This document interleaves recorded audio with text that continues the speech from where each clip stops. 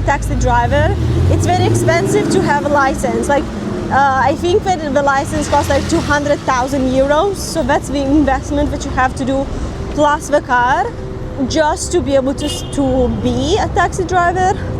Don't quote me on the exact price. I just know that it was very expensive, like in the big numbers. Grazie. Oh. And while when they introduced Uber, you didn't have to do that. Like, you could just take your car and start being an Uber driver.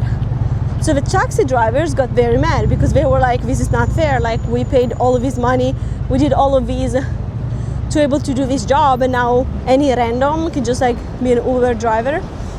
So they banned the normal Ubers in Italy, but you only have like the professional ones. I think they're called like Uber Black, right?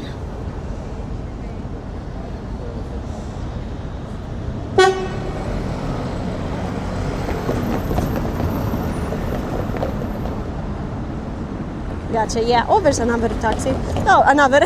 No, there are actually many. I guess that I just don't pay attention to them. But yeah, they're all white and they have a taxi sign like on top of them. That's how you recognize them.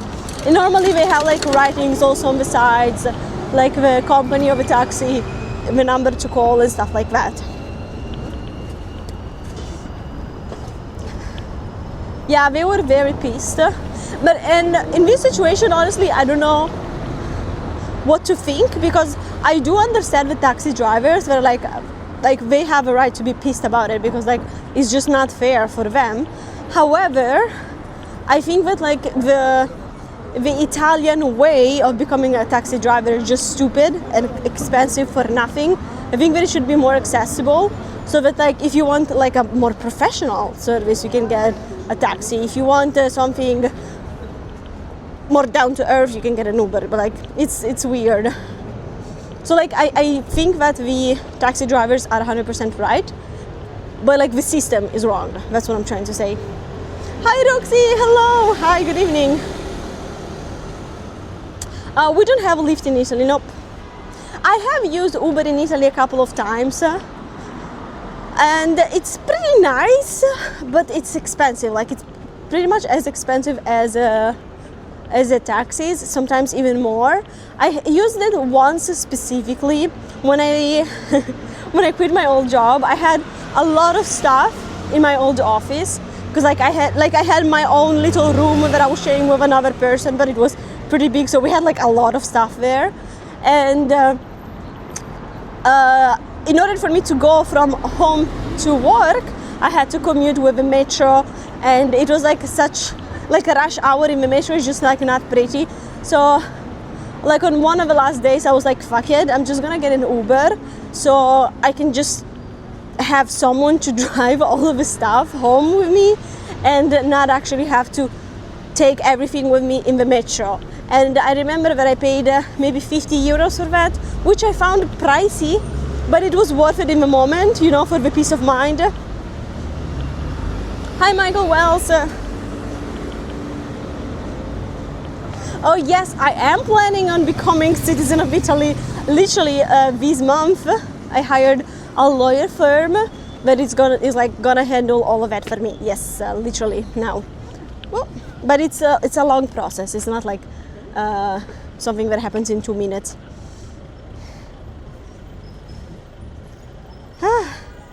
Lyft is not a thing in Europe.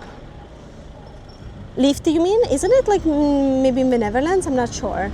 I did use Uber a couple of times in Stockholm too for going to DreamHack, because like from my hotel it was either a 10-minute ride with a car or like 1 hour commute with a public transportation, and the Ubers there were surprisingly cheaper than here.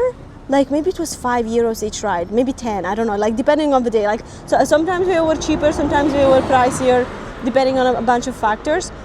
And that was worth it for me, especially because like the day that I arrived for DreamHack, I literally had my flight at like, what was it, 6 a.m., 5 a.m. So I just dropped my bags at the hotel, and then from the hotel I had to go straight to the convention with like 2 hours of sleep in my body. So it was convenient to use Uber that day, like worth every cent. Maybe they call it something else. That's possible. It's very possible. Here we got the police station. This is like, I think, the main police station in Milan, like the big one. That's like open 24/7 and all of that.